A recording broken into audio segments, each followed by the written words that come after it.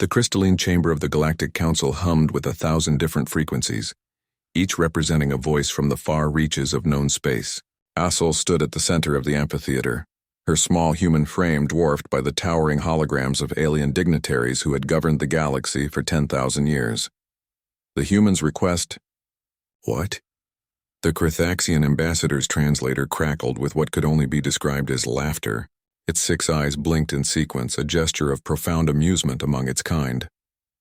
Syl's jaw tightened, but her voice remained steady. We request representation on the Council. Earth has met every requirement outlined in the membership accords.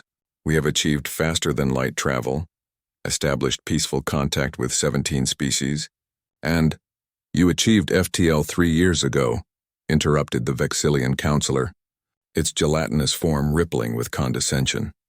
Most species take centuries to stabilize such technology. You expect us to believe you're ready? With respect, counselor, we didn't ask for charity. We asked for our rights. A wave of chittering, whistling, and harmonic laughter swept through the chamber. Asel felt the heat rising in her cheeks, but she stood firm. Beside the entrance, Farhat watched from the human delegation gallery. His fists clenched so tight his knuckles had gone white.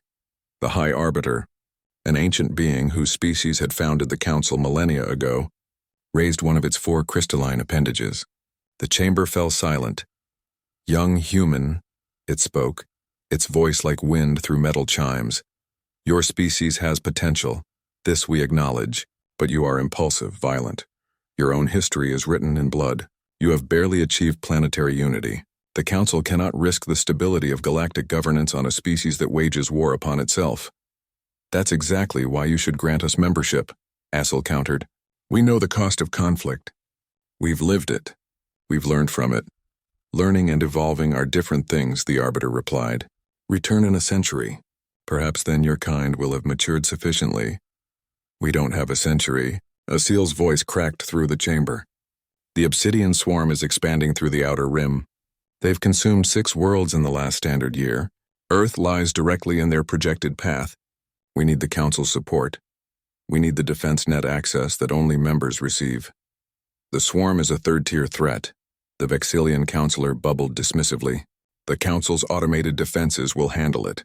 Your world is in no danger. You said the same thing to the Polarian colonies, Asil shot back. Right before they were liquefied.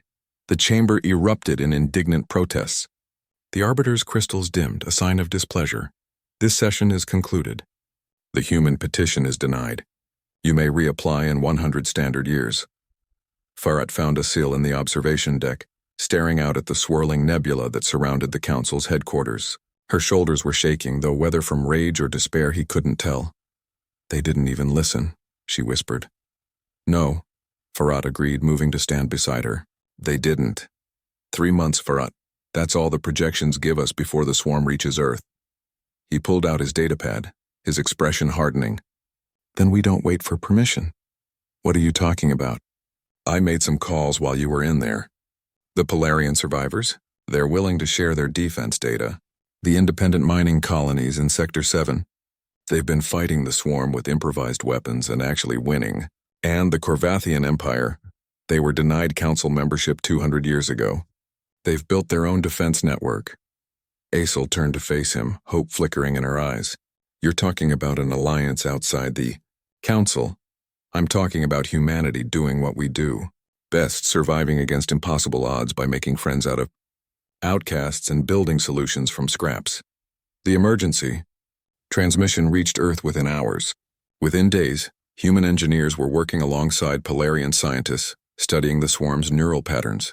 Corvathian military strategists shared tactics while human tacticians contributed unconventional approaches that made the rigid Corvathian commanders initially balk, then reluctantly admire.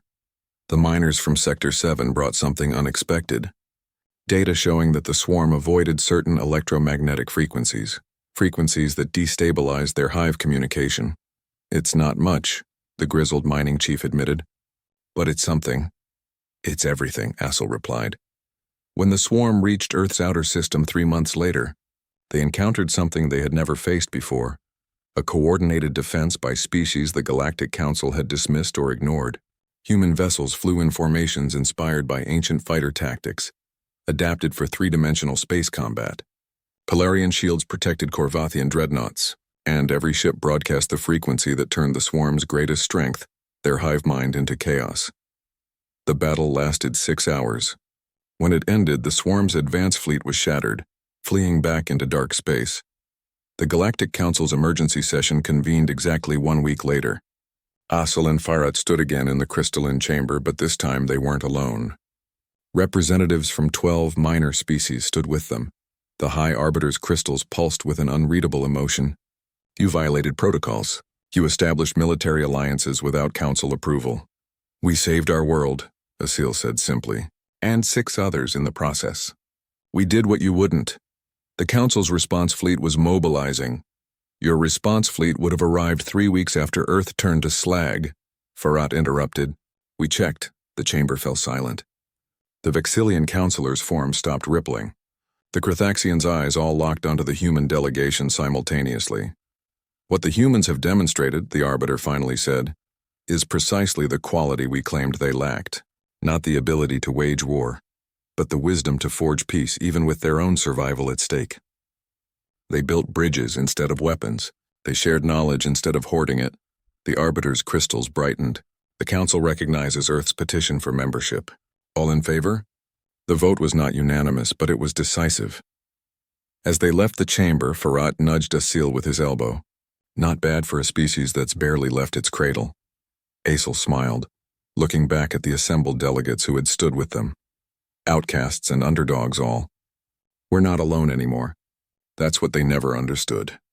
Humanity doesn't need to be strong. We just need to be stubborn enough to stand together. Humanity, fuck yeah, Farat said quietly.